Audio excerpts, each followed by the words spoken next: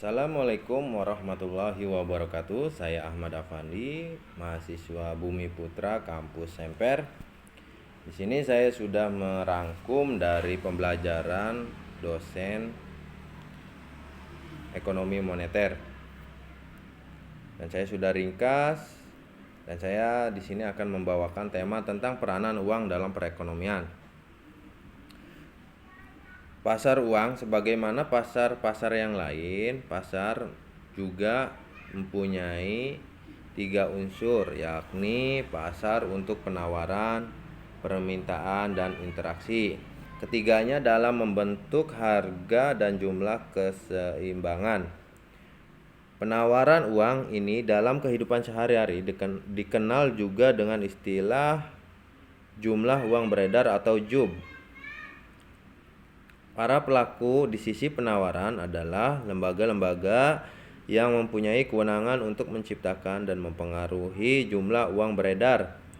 Adapun lembaga-lembaga tersebut adalah bank sentral dan lembaga-lembaga keuangan yang menurut undang-undang diperbolehkan untuk mencetak dan mengedarkan uang. Di Indonesia sendiri, lembaga-lembaga tersebut adalah Bank Indonesia dan Bank Umum Pencipta Uang Giral atau BPUG. Dalam pertemuan ke-1 ini, saya akan menjelaskan sedikit tentang sejarah lahirnya uang. A. Ruang lingkup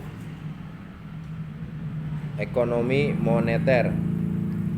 Ekonomi moneter merupakan bagian dari ilmu ekonomi, khususnya yang mempelajari tentang sifat, fungsi, dan pengaruh uang terhadap kegiatan ekonomi. Adapun persoalan pokok yang dipelajari dalam perekonomian atau dalam ekonomi moneter adalah yang pertama, peranan dan fungsi uang dalam perekonomian. Yang kedua, sistem moneter dan pengaruhnya terhadap jumlah uang yang beredar dan kredit. Ketiga, struktur dan bank sentral. Keempat, pengaruh jumlah uang beredar dan kredit terhadap kegiatan ekonomi. Dan yang kelima, pembayaran serta sistem moneter internasional. Beberapa alasan yang dapat dikemukakan dalam mempelajari ekonomi moneter adalah pemahaman secara mendalam tentang mekanisme penciptaan uang, tingkat bunga, pasar uang, sistem dan kebijakan moneter, serta pembayaran internasional. Yang B. Sejarah perkembangan uang. Setidaknya terdapat 5 tahapan dalam sejarah perkembangan uang, yaitu yang ke-1, sebelum perdagangan barter, yang kedua perdagangan barter, ketiga uang barang, dan keempat uang logam, dan yang terakhir uang kertas. Yang pertama, tahap sebelum perdagangan barter. Kita tahu kebutuhan manusia memiliki sifat tidak terbatas, sementara alat pemuas kebutuhan sangat terbatas, sehingga manusia kesulitan memenuhi kebutuhannya sendiri. Yang kedua, tahap perdagangan barter. Sistem barter yaitu barang yang ditukar dengan barang. Sistem barter ini merupakan tingkat kedua dari perkembangan perekonomian. Sedangkan barter sendiri istilahnya adalah pertukaran atas suatu barang terhadap jenis barang yang lain. Dengan semakin berkembangnya perekonomian, maka kebutuhan manusia juga semakin banyak sehingga menuntut ketersediaannya pemuas kebutuhan. Maka pola perdagangan barter ini sudah tidak menjadi efektif lagi.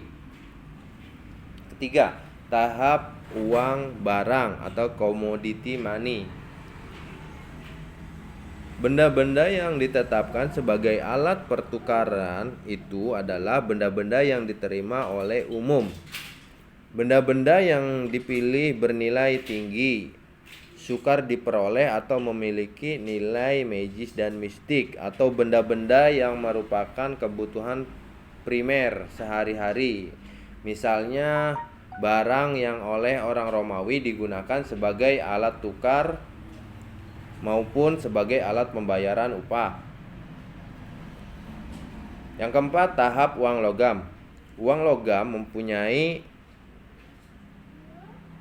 banyak digunakan atau mulai banyak digunakan pada abad ke-18, yakni uang logam baik berupa uang perak maupun uang emas, dan kemudian berlaku standar emas sampai awal abad ke-20.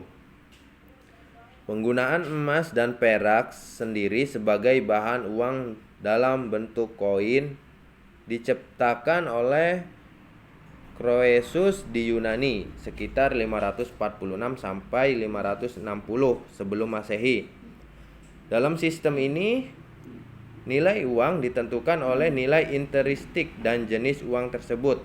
Oleh karena itu, diperlukan kontrol oleh pemerintah untuk menstabilkan sistem finansial.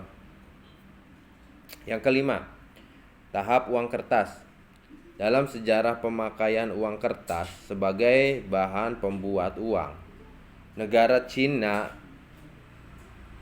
dianggap sebagai bangsa yang pertama kali menemukannya, yaitu sekitar abad pertama Masehi pada masa dinasti Tang. Sedangkan Benjamin Franklin dari Amerika Serikat ditetapkan sebagai bapak uang kertas yang pertama, karena dia yang pertama kali mencetak dolar dari bahan kertas.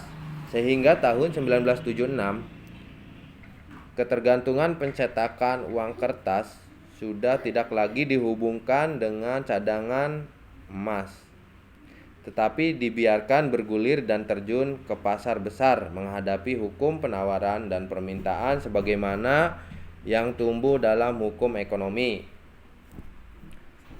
Selanjutnya, pengertian uang. Uang didefinisikan sebagai suatu yang disetujui dan diterima oleh masyarakat sebagai alat perantara untuk melakukan pertukaran atau perdagangan. Keberadaan uang sangat penting dalam perekonomian. Suatu benda dapat dijadikan sebagai uang jika benda tersebut memenuhi syarat-syarat tertentu. Adapun beberapa syarat-syarat uang antara lain: yang pertama, diterima secara umum. Kedua, memiliki nilai cenderung stabil. Yang ketiga, ringan dan mudah dibawa. Empat, tahan lama. Dan kelima, kualitasnya cenderung sama. Selanjutnya, fungsi dan tujuan memegang uang. Uang memiliki 4 fungsi, yaitu uang sebagai alat tukar menukar, uang sebagai satuan nilai, uang sebagai standar atau ukuran pembayaran yang tertunda, dan uang juga sebagai penyimpan nilai dan kekayaan. Berkaitan dengan fungsi uang tersebut, maka seseorang yang memegang uang setidaknya dilandasi dengan 3 motif, yaitu motif transaksi atau dorongan orang yang memegang untuk kebutuhan transaksi atau pembayaran, baik yang dilakukan oleh rumah tangga konsumen atau rumah tangga perusahaan. Yang kedua, motif berjaga-jaga, yaitu sesuai dengan fungsinya sebagai alat tukar, maka tujuan seseorang memegang uang adalah karena kebutuhannya untuk melakukan transaksi. Menurut Keynes, masyarakat memerlukan uang kas untuk transaksi dan berjaga-jaga karena transaksi pengeluaran seringkali terjadi lebih dahulu daripada penerimaan atau pendapatan. Pengeluaran seringkali tidak dapat diperkirakan sebelumnya, dan penerimaan yang diharapkan tidak jadi diterima, dan pengeluaran yang terjadi sangat penting dan menguntungkan untuk dilakukan lebih dahulu. Yang ketiga, motif untuk spekulasi. Tujuan seseorang memegang uang untuk spekulasi ini sesuai dengan fungsi uang sebagai alat penyimpan nilai dan kekayaan. Dalam hal ini, uang dianggap sebagai aset. Permintaan motif spekulasi ini terjadi karena adanya faktor ketidakpastian dan ekspektasi yang mempengaruhi seseorang dalam memegang uang. Selanjutnya saya akan menjelaskan tentang jenis-jenis uang. Ada beberapa jenis uang, yaitu uang primer atau uang dasar, atau uang inti, yaitu uang logam, uang kertas maupun cek yang dicetak oleh bank sentral.